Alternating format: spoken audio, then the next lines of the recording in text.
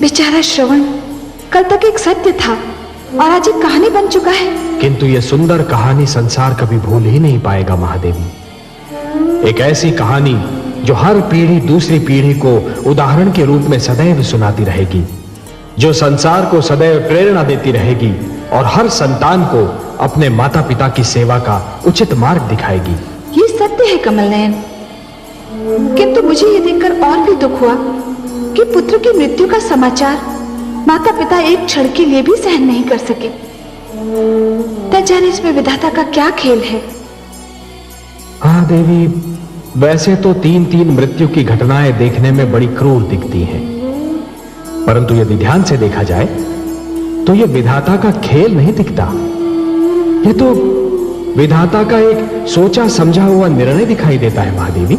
मैं समझी नहीं सर्वेश्वर। महादेवी, यदि पुत्र की मृत्यु के उपरांत नेत्रहीन माता पिता जीवित रह जाते तो कदाचित उनका जीवन और अधिक दुखमय हो जाता। न जाने उन्हें कब तक भटकना पड़ता, द्वार द्वार की ठोकरें खानी पड़ती। हे महादेवी, विधाता ने उन्हें इन समस्त संभाव्य संकटों से बचा लिया। किंतु अयोध्या नरेश दशरथ ने यह वचन दिया था कि वो श्रवण कुमार के माता पिता को तीर्थ यात्रा कराएंगे, आश्रम देंगे, एक पुत्र की भांति उनकी सेवा करेंगे।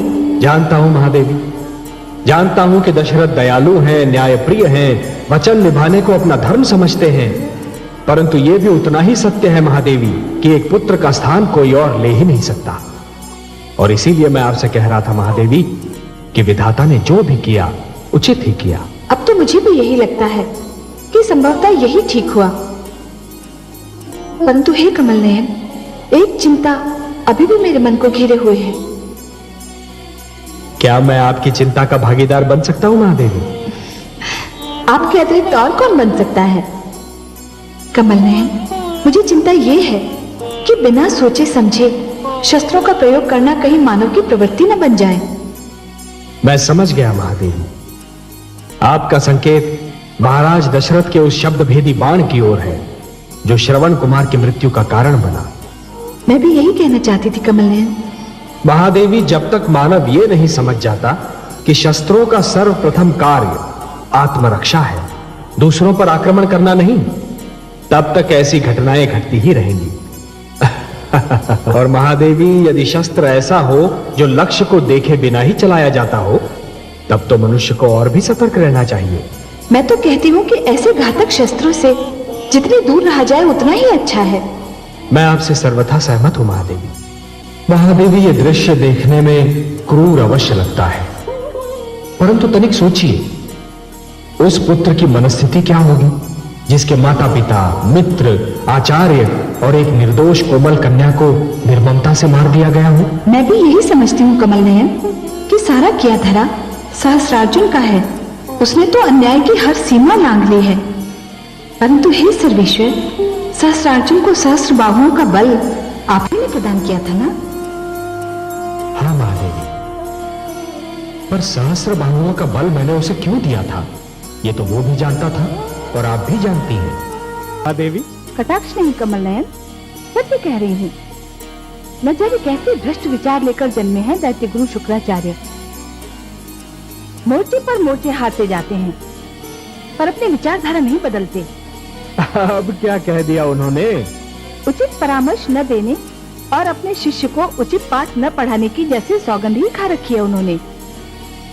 पौत्र विरोचन को उन्होंने ये परामर्श दे दिया कि यदि ऋषि वत्स की पुत्री दीपावली ने उसका प्रस्ताव स्वीकार न किया तो वो अपने अधिकारों का प्रयोग करे।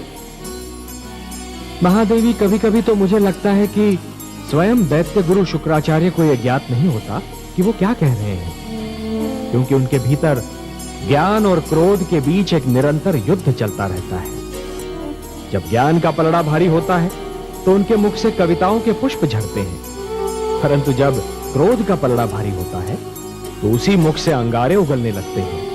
पर उनका परामर्श तो उनके शिष्य को, मेरे पौत्र को तो भ्रष्ट कर सकता है। महादेवी, यदि ऐसा हुआ तो उसका सारा दोष विरोचन का ही होगा। गुरु ने तो परामर्श दे दिया, परंतु उसे मानना या ना मानना ये तो शिष्य का कार्य है।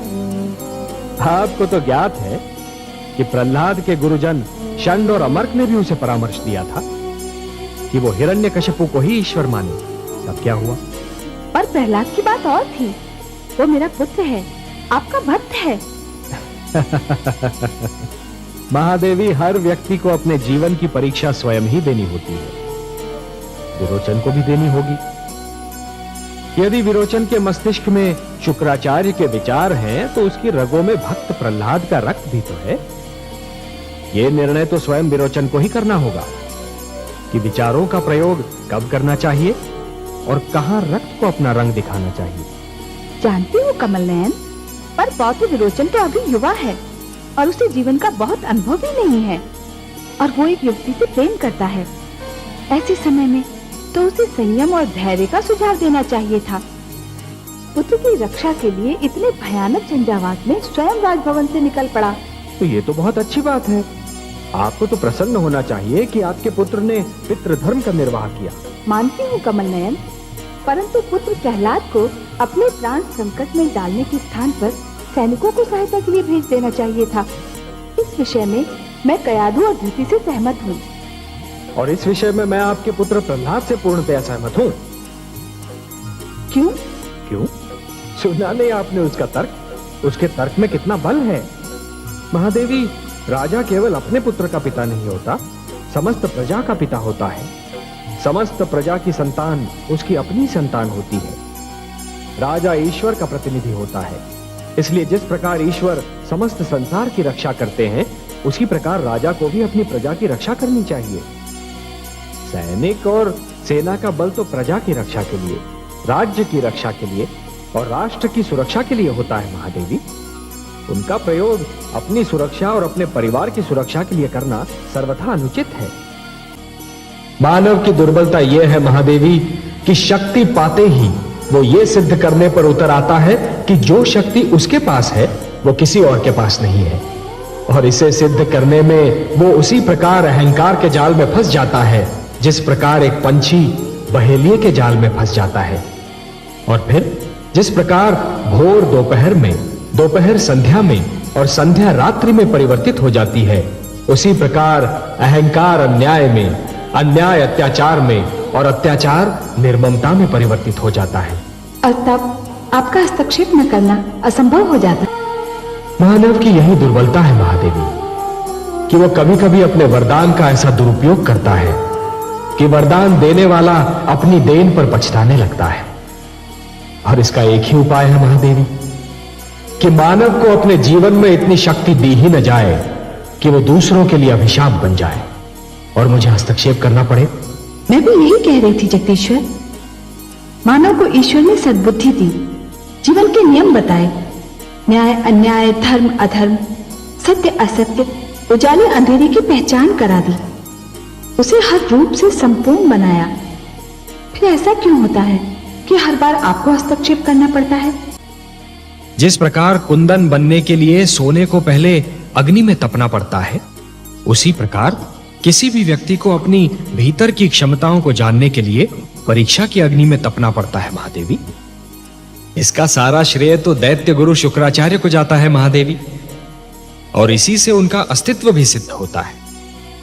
मैंने आपसे कहा था ना कि दैत्य गुरु शुक्राचार्य बाहर से दिखने में कितने ही स्वार्थी और दुर्गुणी क्यों न दिखाई दें, परंतु भीतर से ज्ञान का भंडार है। नीति शास्त्र में आज भी उनके समक्ष कोई नहीं ठहर सकता। यह तो उन्हीं की शिक्षा का फल है महादेवी, जो आपका पुत्र प्रहलाद राजा का दायित्व निभा पाया।